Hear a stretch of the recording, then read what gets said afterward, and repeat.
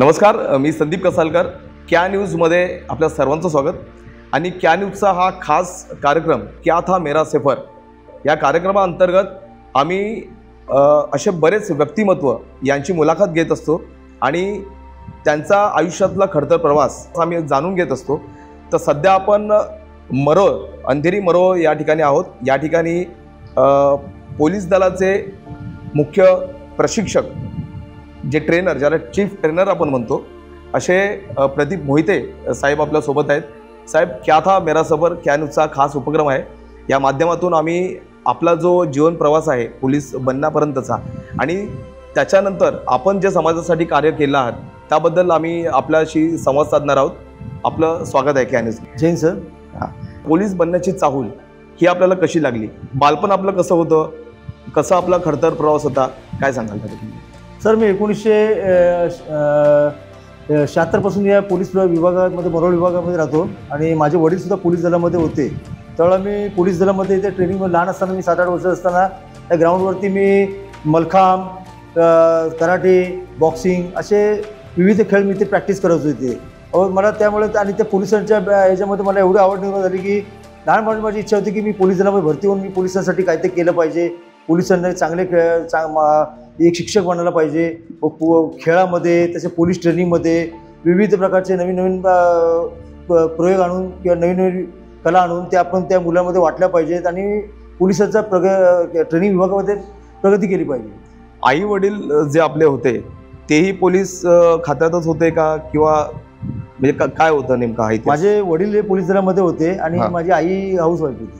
आणि मग त्यांचा प्रवास कसा होता पोलीस म्हणून? माझे वडील वडिलांचे वडील इथे मुंबईमध्ये मिल कामगार होते.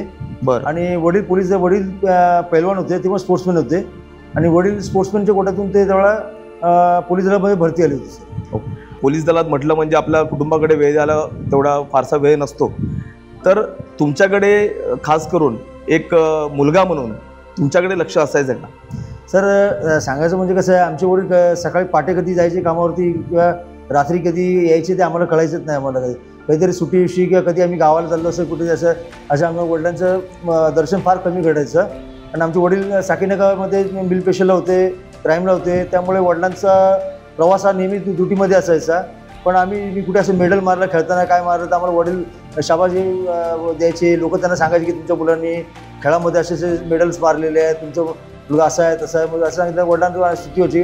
पुढे आल्यानंतर आम्हाला जेवढा पण त्यांना वेळ मिळेल तेवढा आम्हाला जवळ घेऊन आम्हाला ते शाबासकी द्यायचे, प्रोत्साहित करायचे आम्हाला, कारण ते स्वतः स्पोर्ट्समॅन होते. अच्छा, शिक्षणाचं व्यवस्थापन कसं करण्यात आलं? म्हणजे त्यावेळेला तुमच्या शिक्षणाकडे लक्ष देणारं कोण होतं? म्हणजे आई आपल्या द्यायच्या की अजून कशा प्रकारे आपला अभ्यासाचा शिक्षणाचं बघायला गेलं तर आमच्या घरामध्ये म्हणजे वडील पोलीसमध्ये असल्यामुळे त्यांना आम्हाला वेळ मिळायचा नाही.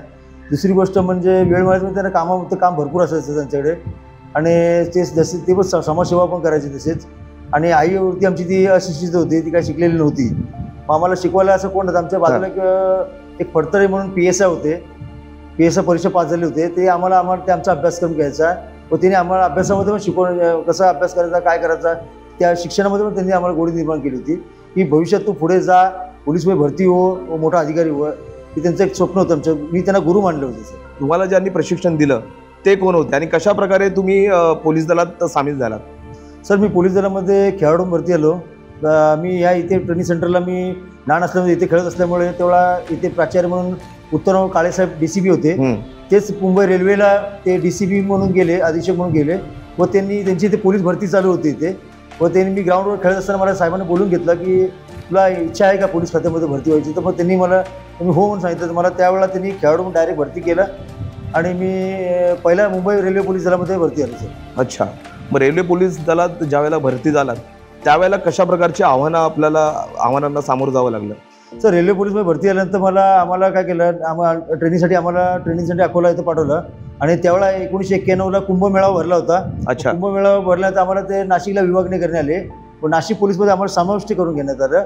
मग ते समाविष्ट करत असताना मी प्रॅक्टिस करताना तिकडच्या DCPने आम्हाला पाहिलं की हा मुलगा चांगला आहे. मग त्यांनी कराटे शिकत असल्यामुळे त्यांनी मला ऑफर केली की PTC मरोळच्या जे IPS लोक असतात, ACP असतात किंवा PS असतात, तुम्ही भरती आलेले, त्यांना तू कराटे प्रशिक्षण देऊ शकतो का? तर मी हो बोललो. तेव्हा ते ट्रेनिंग सेंटरला तिथे घोलं पण तिथे एक प्रशिक्षक होते, त्यांच्या माध्यमातून आम्ही दोघांनी मिळून ते प्रशिक्षण देत होतो सर. रेल्वे पोलिसानंतरचा आपला काय प्रवास होता? तर रेल्वे पोलीस दलात माझी मुंबई पोलीस दला रेल्वे पोलीसमधून नाशिकवरून मला पुन्हा रेल्वे पोलीसला आलो. रेल्वेमधून माझी पुन्हा बदली झाली, मुंबई शहर पोलीसमध्ये भरती झाली. बदली झाल्यानंतर मला पोलीस प्रशिक्षण केंद्र मोरोळ भेटलं. 1995 ते 2005 पर्यंत मोरोळ PTS येथे मी कराटे प्रशिक्षक व क्रीडा प्रशिक्षक म्हणून काम करत होतो. त्याच्या आधी मी 2005च्या नंतर मी Mumbai SOS commando, special force, विशेष सुरक्षा विभाग, क्राईम ब्रँच अशा ठिकाणी विविध मोठ्या मोठ्या शाखेमध्ये मी कामं केलेली आहेत सर. अच्छा, मग त्यांना जे कमांडोज वगैरे आपण जे म्हटलं विशेष पोलीस फोर्स, त्यांना कशा प्रकारचं प्रशिक्षण दिलं आपण? सर 26/11 जी घटना घडली आपल्या मुंबईमध्ये घटना घडली, त्या धर्तीवरती महाराष्ट्र पोलीस दलामध्ये फोर्स 1 व मुंबई QRT हा फोर्स तयार करण्यात आला. त्या दोन्ही प्रशिक्षण विभागामध्ये मी प्रशिक्षण दिलेलं आहे. कराटे व विविध वेपनचं ट्रेनिंग, ॲडिशनल फिजिकल ट्रेनिंग व कमांडो कशा प्रकारे मी स्वतः ट्रेनिंग करून आलेलो आहे. बेळगाव, पंजाब, त्यानंतर हरियाणा कमांडो कोर्स केलेला आहे, इस्रायल कमांडो कोर्स केलेला आहे. म्हणजे आम्ही जे ट्रेनिंग घेतलेलं आहे ते आमच्या पोलीस बांधवाला ट्रेनिंग देऊन त्यातून चांगले कमांडो तयार करून आपल्या मुंबईचं कसं संरक्षण देता येईल व कशा प्रकारे आम्ही मॉकड्रिल, रेकी असे विविध प्रकार घेऊन पोलिसांना चांगले घडवून चांगले असे कमांडो तयार केले आहेत की आज मुंबईला कुठल्याही प्रकारचा कोणी जरी अटॅक करायचा प्रयत्न केला तर शक्यता होणार नाही. की मुंबईचे कमांडो आज फोर्स 1चे आणि QRTचे आज एवढे तज्ज्ञ आहेत की ते दुश्मनाचा नायनाट करून टाकतील सर. क्या बात. आणि खरंच मुंबईकरांसाठी आणि संपूर्ण महाराष्ट्रासाठी नक्कीच गर्वाची गोष्ट आहे. साहेब, जसं म्हटलात की आपण जे कमांडोज निर्माण केलात त्या कमांडोपैकी असे कुठले, मी विद्यार्थीच म्हणेन त्यांना, आपले विद्यार्थीच म्हणेन, त्या विद्यार्थ्यांना असे कुठले विद्यार्थी आठवत आहेत का की ते आताही आपल्या संपर्कात आहेत किंवा त्यांनी प्रशिक्षण घेताना त्यांनी एक आवड दाखवली होती आणि ते कधी तुम्ही विसरणार नाहीत, असे कोण आहेत? हां, विशाल गायकवाड म्हणून एक आहे तिथं. आज तो इंडियाचा टॉपचा नंबर 1चा स्नायपर शूटर आहे. त्याला ग्रीनिच वर्ल्ड बुकमध्ये त्याचं नाव आलेलं आहे. बरं. दुसरं एक पवार म्हणून आहेत. असे बरेच आहेत. सांगतो 3-4 विद्यार्थी चांगले की त्यांनी आज ते मी जरी गेलो असेल तर मी लावलेलं झाड आहे, ते झाड ते जगवण्याचं काम ते करतात. पोलीस म्हणून आता आपण जे कर्तव्य पार पाडताय, हे पार पाडताना आता आपल्या घरामध्ये, आपल्या कुटुंबामध्ये जे फॅमिली आपले मेंबर्स आहेत त्यांना आपण वेळ देऊ शकताय का? की तुम्हाला तुमचं म्हणजे बालपण आठवत आहे? सर, जसं ते बोलतात ना घरोघरी माती चुलीत, तसा तो प्रकार आहे. कारण मला आमच्या वडिलांवरून आठवतं, मला वडील आम्हाला किती वेळ देत होते. पण आज मी खोटं नाही सांगत, मी पोलीस दलात जसं भरती झाल्यापासून मला खेळामध्ये आणि पोलीस दलामध्ये एवढा आवड निर्माण आहे. त्यामुळे माझा थोडा घरी कमी प्रमाणात लक्ष देतो. कारण सकाळी आमचं शेड्यूल सकाळी ते ट्रेनिंग सेंटर असलं तर आम्हाला सकाळी 5:30ला इथे यायला लागतं. रात्री 9-10 वाजेला स्पोर्ट्सची प्रॅक्टिस करून 11 वाजता घरी तर फार वेळ कमी मिळतो मला. आम्ही संडेला सुद्धा आमचे मॅचेस असतात. ते संडेज आमचे कुठे विविध कोर्स असतात. आम्ही त्या कोर्ससाठी आम्ही बाहेर जातो. त्यामुळे आम्हाला फॅमिलीला वेळ फार कमी देतो पोलीस दलामध्ये असल्यामुळे. आता कुटुंबामध्ये कोण कोण आपले? माझ्या कुटुंबामध्ये सर आता माझी मोठी मुलगी आहे, एक मुलगा आहे, छोटी एक लहान मुलगी आहे. माझी मिसेस सुद्धा इंटरनॅशनल प्लेअर आहे, मुलगा पण इंटरनॅशनल प्लेअर आहे, मुलगी सुद्धा एक नॅशनल प्लेअर आहे. अच्छा. माझं कुटुंब सगळं स्पोर्ट्समॅन आहे सर. अच्छा. आणि त्यांना सुद्धा पोलीस दलामध्ये माहिती आहे की पोलीस दलांना किती त्रास आहे. त्याच प्रश्नाकडे मी येणार होतो. अच्छा, मग त्यांनाही आता असं वाटतं की आपल्या वडिलांप्रमाणे किंवा आपल्या आजोबांप्रमाणे आम्हालाही पोलीस दलात यायचं आहे, असं आहे का भावना? की त्यांना वेगळ्या कुठल्या क्षेत्रात त्यांना सुद्धा आकर्षण आहे की त्यांना पण क्लास 1 ऑफिसर व्हायची इच्छा आहे त्यांची पण. आणि ते बघतात येते की ॲक्टिव्ह होतं बऱ्याच ठिकाणी. जेव्हा त्यांना इतर मुलं म्हणतात की तुमचे वडील असे आहेत, तुमचे वडील असे करतात, तसं त्यांची पण इच्छा आहे की आपल्या वडिलांपेक्षा आपण टॉप व्हायला पाहिजे. पोलीस दलात काम करताना बरेच आव्हानं येत असतात. दररोज वेगवेगळी आव्हानं येत असतात. तर असं कुठलं आव्हान आपल्या समोर आलं होतं का की जे आठवल्यावर आपल्याला असं वाटतं की हा हे मला आव्हान आलं होतं आणि मी ते सक्सेसफुली एकदम यशस्वीरित्या मी ते पार पाडलं, असं कुठलं आव्हान आलं होतं का? हो, असं आव्हान आलं होतं मला की आपलं 26/11च्या ऑपरेशनमध्ये जेव्हा मी मोरोळ विभागातील मी भरारी पथक म्हणून कमांडो होते. त्यांना कमांडो घेऊन आम्ही तेव्हा हॉटेल ताजला यायला आम्ही जेव्हा ऑपरेशनसाठी गेलो होतो, आमच्याकडे तेवढा मुंबई पोलीस दलाकडे वेपन सुद्धा फार कमी होते. आणि तरी आम्ही जे जवळजवळ 2 दिवस आम्ही कंटिन्यू त्यांच्यावर त्या समोरच्या अतिरेक्यांना आम्ही रोखून धरलं होतं. तोपर्यंत आम्हाला जेव्हा दिल्लीचे कमांडो येऊन, स्पेशल फोर्स येऊन त्यांनी जो मदत केली नाही आम्हाला, तोपर्यंत आम्ही त्यांना अडवून ठेवले होते सर त्यांना. आणि तो प्रसंग होता म्हणजे जीवावरती बेतनाचा होता. पण आम्ही धैर्याने काम केलं. आम्ही बोललो आपण काही झालं तर आपण देशासाठी लढायचं आहे आणि आपलं महाराष्ट्र पोलीस दलाचं भारताचं नाव जगात उंचवण्याचा प्रयत्न करताना काही हो आपण इथून हटायचं नाही ही आम्ही भूमिका ठेवली. 26/11 शहीद झालेल्या जवानांपैकी असे आपले निकटवर्तीय कोण आहेत का? सर उंबळे साहेब आहेत आपले. उंबळे साहेब, हां. बरोबर.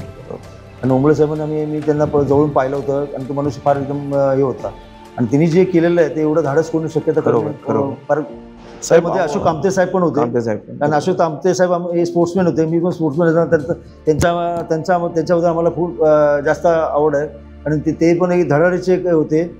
त्यामुळे आम्हाला त्याच्याबद्दल साळसकर साहेब आहे, बरोबर, कामते साहेब आहेत, करकर साहेब आहेत, यांच्याबद्दल खूप आम्हाला आदर आहे.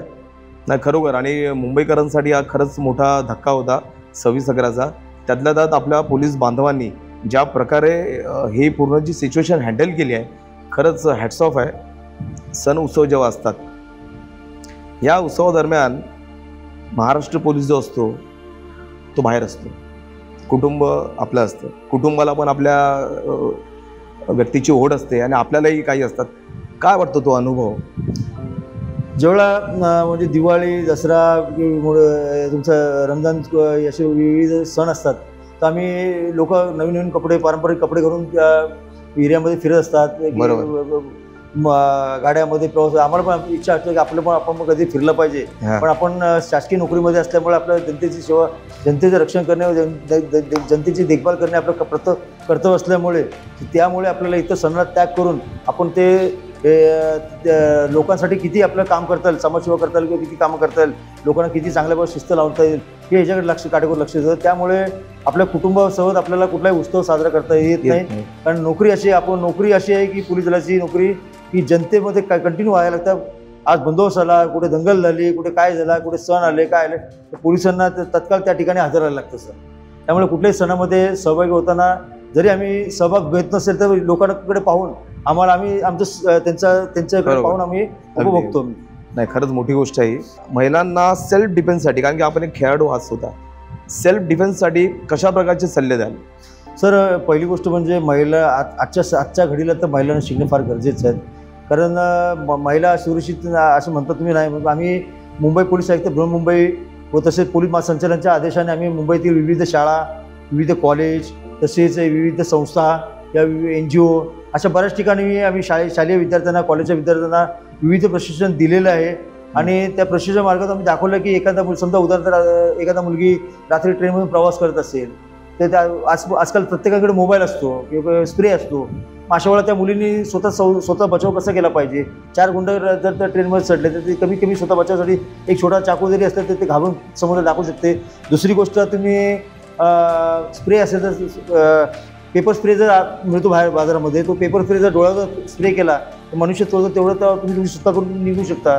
आणि कराटे जर शिकला असेल, मार्शल जर शिकला असेल, स्वतःचा बचाव करू शकते व गुंडांना चांगला त्याचा धडा दाखवू शकते. लहानपणीचं शैक्षणिक वर्ष जेव्हा सुरू होतं त्याच्यानंतर सेल्फ डिफेन्ससाठी त्यांनी लहानपणापासूनच कुठले धडे घेतले पाहिजे, काय वाटतं? सर त्यांनी पहिलीपासून शाळेमध्ये वयाच्या 3 वर्षानंतर जसं त्याला कळतं तिथून तो कुठलाही खेळ खेळू शकतो सर त्याने. तर त्याप्रमाणे त्यांनी शालेय गेममधून शालेय गेममध्ये जवळजवळ सेल्फ डिफेन्स गेम चालू आलेला आहे सर. तर शालेय गेमपासून त्यांनी जर सेल्फ डिफेन्स गेम जर घेतला किंवा त्यांनी प्रशिक्षण घेतलं तर पुढे भविष्यात तो चांगला स्वतःचं संरक्षण तर करेल, इतरांचं पण करेल आणि तो खेळामध्ये सुद्धा प्रावीण्य मिळू शकतो सर. तो चांगला खेळाडू ठरू शकतो. आपण पाहतो की बरेच असे चित्रपट आहेत, बरेच असे मालिका आहेत, त्यामध्ये पोलिसांची जी पर्सनॅलिटी जी कशा प्रकारे दाखवली जाते. काही पोलीस अधिकारी समजा भ्रष्टाचार करताना दिसतो, पैसे घेताना काही पोलीस अधिकारी दिसतो, आणि काही पोलीस म्हणजे त्याची पर्सनॅलिटी वेगळीच दाखवली जाते, तंबाखू मळताना दिसतो वगैरे. तर हे चित्रपट आणि ह्या मालिकांमध्ये दाखवण्यात आलेले अशा काही गोष्टी हे तरुण मंडळीसुद्धा बघतात, लहान मुलंसुद्धा बघतात. त्यामुळे लहानपणापासून जर असे काही चित्र आपल्या डोळ्यासमोर असतील तर जसे ते मोठे होत जातात मग पोलिसांविषयीची जी प्रतिमा जी आहे ती कुठेतरी डिस्टर्ब झाल्यासारखे वाटते. आपल्याला काय वाटते याबाबत?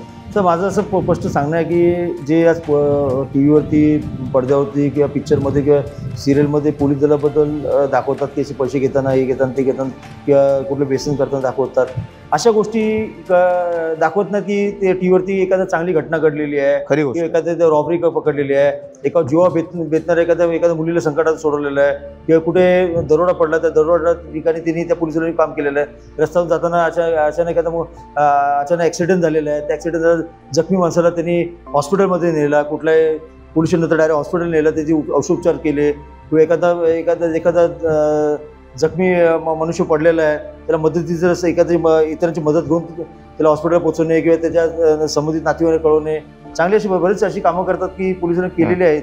आणि त्याच्याकडे लक्ष न देता ते नको ते दाखवत बसतात. तर ते यामुळे काय तर एक पोलिसांच्या बद्दल पब्लिकला वेगळा संदेश गेलेला आहे. तो संदेश न डावलता तर मला एवढंच टी व्ही चॅनल या माध्यमाला सांगायचं की लोकांना आपल्या कसं चांगल्या पोलीस दलाबद्दल दाखवण्यात येईल हा प्रयत्न करावा की त्यामुळे पोलिसांच्या बद्दलची भावना निर्माण चांगली झाली पाहिजे आणि लोकांमध्ये जो त्यांचा वाईटपणा वाटतो तो दूर झाला पाहिजे आणि लोकांमध्ये मैत्री, पोलीस हा मित्र झाला पाहिजे हे त्यांनी पाहिलं पाहिजे आणि कायद्याचं जे कोण उल्लंघन करत असेल ते योग्य ती कारवाई करण्यासाठी त्यांनी मदत केली पाहिजे. अगदी बऱ्याच पोलीस स्टेशनमध्ये साधा एक PSI जरी असतो, पोलीस उपनिरीक्षक, त्याच्याकडे दर 2-2, 3-3 मिनिटांनी नवीन आव्हानं येत असतात. एवढ्या लोकांना हँडल करणं हे म्हणजे असं मनामध्ये आपलं काय असतं की बाबा एवढा लेवलला जाऊन आपण या गोष्टी हँडल करता कसं सर, म्हणजे प्रत्येक पोलिसांची जेव्हा पोलीस दलामध्ये भरती होतात त्यांनी एक जिद्द निर्माण केली. मी पोलीस दलामध्ये भरती होईल, मी पोलिसांच्या जनतेसाठी हे काम करेल, ते काम करेल. मग त्यावेळेला तो ठरवून झालेला असतो की जेव्हा ट्रेनिंग संपल्यानंतर तिची इच्छा की मला धडाडीचे काम करायला मिळालं पाहिजे, मला विविध प्रकारचे केसेस हँडल करता आले पाहिजे. यासाठी ते जे नवीन आता जे पोलीस दलामध्ये अधिकारी भरती होतात, कर्मचारी भरती होतात, हे व जुन्यांचा ते मार्गदर्शन, जुन्या पोलिसांचं मार्गदर्शन घेऊन ते योग्य तेव्हा चांगल्या प्रकारे ते केसेस हँडल करतात आणि त्यांच्या मनात एक जिद्द निर्माण झालेली आहे की मी काहीतरी करेन, हा त्यांच्या मनामध्ये उद्देश होऊन ते कामं करत असतात. साहेब, मगाचा मी आपला अविस्मरणीय प्रसंग ज्यामुळे आपल्याला दुःख होतं म्हणजे 26/11चा हे मी जाणला, पण असा कुठला अविस्मरणीय प्रसंग आहे की जो आठवला की आपल्याला बरं वाटतं, छान वाटतं आयुष्यातला कुठलाही, की बाबा हा मला खूप आठवला की डोळे बंद केले, मला आठवला, मला खूप छान वाटलं, असं काय? तर असा एक प्रसंग आहे. मी जेव्हा पोलीस दलामध्ये भरती व्हायच्या आधी मी ब्लॅक बेल्टची परीक्षा पास झालो होतो आणि त्या काळामध्ये ब्लॅक बेल्टसाठी जी परीक्षा फी असायची फार मोठी होती परीक्षा फी. आणि माझ्या सरांनी मला माझ्याकडे पाहून, माझ्या कलागुणाकडे पाहून, त्या अबोली खान सर म्हणून नावाचे सर होते, विस्वी कपाडे सर होते, यांच्या मार्गदर्शनाने मी प्रशिक्षण घेतलं होतं. त्यांनी मला जेव्हा ब्लॅक बेल्ट दिला, कुठलाही 1 रुपया न घेता दिला. आणि आल्यानंतर मी जेव्हा आणि माझ्या टी व्हीवरती तेव्हा ब्लॅक बेल्ट म्हणजे आम्ही प्रात्यक्षिक दाखवलेली की दूरदर्शनवरती दाखवण्यात आली. तेवढं आमच्या बाजूवाल्याने जेव्हा टी व्हीवरती, तेव्हा black and white T V होते, तर तेवढा black and white T V होता, तेवढा आमच्या शेजाऱ्याने सांगितलं की प्रदीप टी व्हीवर आला आहे. प्रदीप टी व्ही आल्यानंतर मी बाथरूममध्ये होतो. बाथरूम बाहेर आल्यानंतर मला वाटलं आता आई मला मारते, पण जेव्हा आईने मला कडकडून मिठी मारून माझ्या गालावर पप्पी घेतली, ते मला कवटाळून घेतला, तो जो सण जो पाहिलेला आहे अजूनही माझ्या डोळ्यामध्ये पाणी येतं. ग्रेट आई, ग्रेट आहे.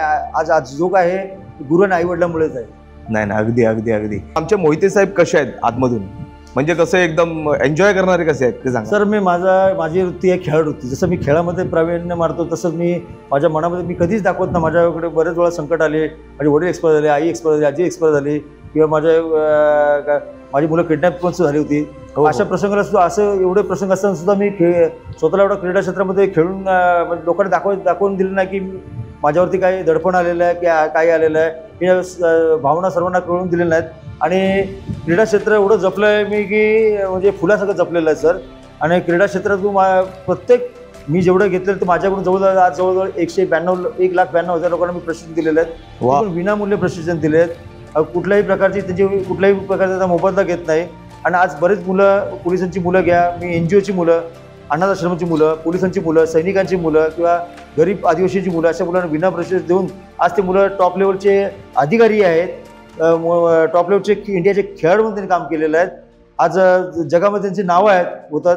हे पाहून मला मी जे काय केलं आहे या क्रीडा क्षेत्रामध्ये किंवा माझ्या शरीरामध्ये, माझ्या अंगामध्ये जो बदल केलेला आहे त्यामुळे त्याचा फायदा झाला आहे, याचा मला खूप अभिमान आहे सर.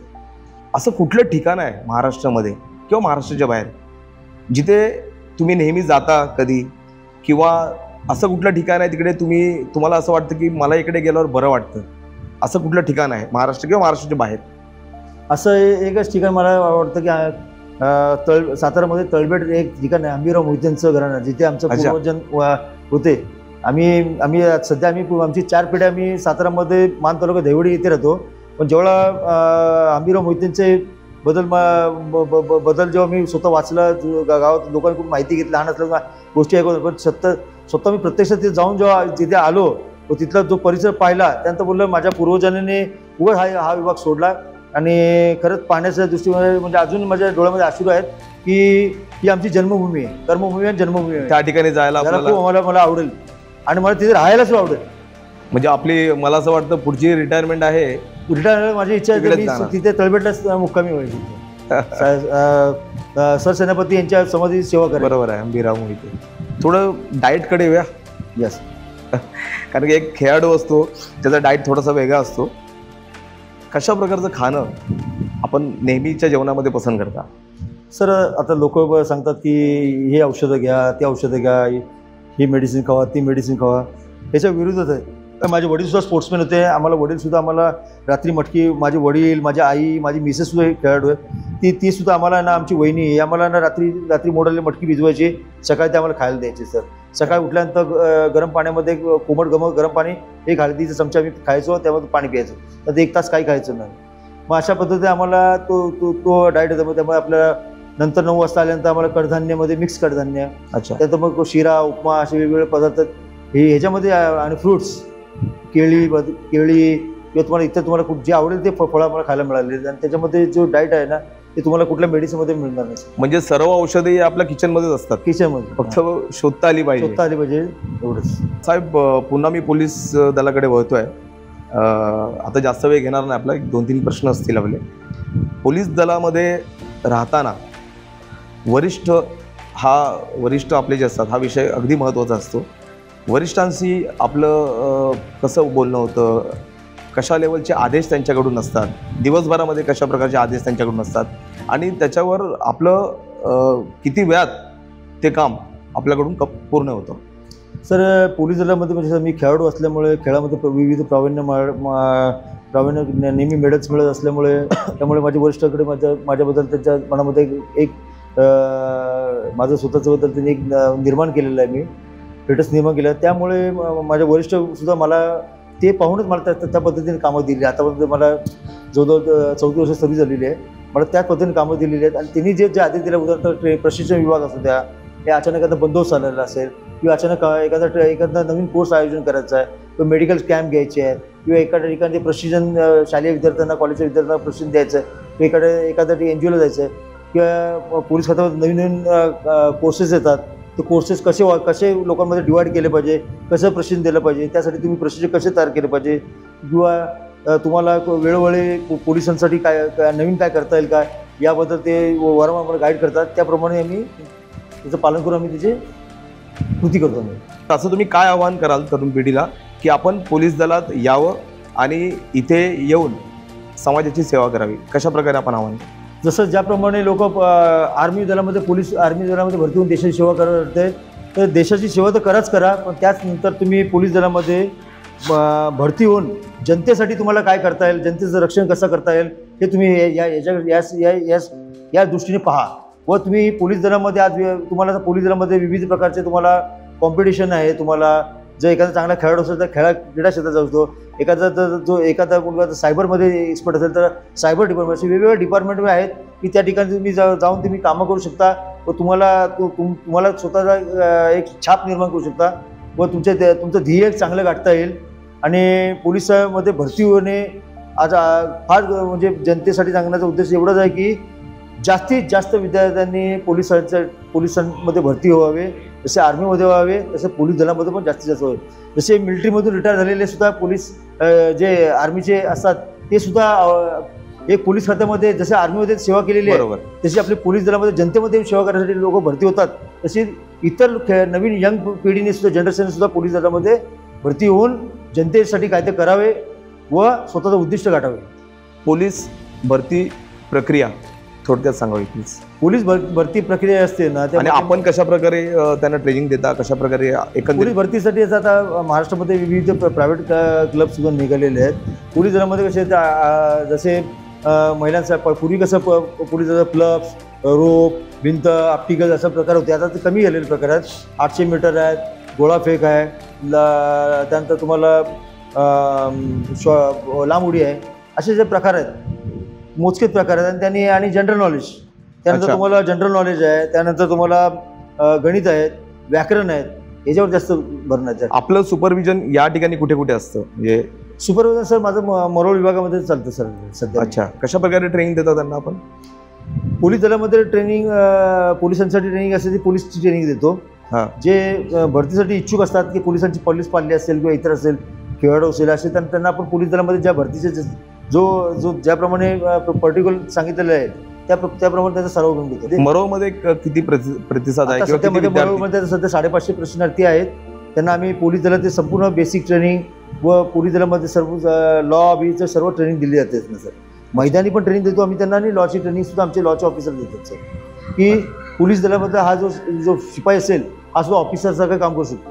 साधारणतः किती कुठल्या वेळेला आपलं ट्रेनिंग या ठिकाणी असतं दिवसभरात? सकाळचं ट्रेनिंग आमचं शेड्यूल चालतं 5:45 स्टार्ट होतं आमचं. 5:45 ते ट्रेनिंग सेंटरचं आमचं ते 8 पर्यंत चालतं. त्यानंतर आमचं ट्रेनिंग सेंटर, त्यानंतर आमचं लॉ क्लासेस असतात, नंतर दुपारचं प्रशिक्षण चालतं. मग हे आपण स्वतःच सर्व आम्ही जे ग्राउंडचं जे ट्रेनिंग फिजिकल वर्कआउट जे ट्रेनिंग असतात की ते पोलीस दलामध्ये वेपन्स कुठलं ट्रेनिंग असेल ते आम्ही देतो. अच्छा. लॉ बद्दल असेल तर लॉचे तज्ज्ञ PI आहेत किंवा वकील आहेत, यांच्यावर त्यांना ट्रेन दिलं जातं. त्याच्यावरती एक प्राचार्य, उपप्राचार्य दर्जा अधिकारी असतात सर. मोहिते साहेब, खूप खूप धन्यवाद. तर हे आपले होते प्रदीप मोहिते साहेब. क्या न्यूजच्या या खास कार्यक्रमामध्ये क्या था मेरा सफरमध्ये मोहिते साहेबांनी आपल्याला त्यांचा आयुष्यातला अनुभव सांगितला. कशा प्रकारे एक पोलीस हा समाजासाठी लढत असतो, झगडत असतो, 24 तास आपलं कर्तव्य बजावत असतो, का फक्त समाजाचं संरक्षण करण्यासाठी. तर अशा या पोलीस बांधवांना क्या न्यूजतर्फे सलाम. तशाच प्रकारचे नवनवीन मुलाखत पाहण्यासाठी आपण क्या न्यूजला आजच डाउनलोड करा. धन्यवाद.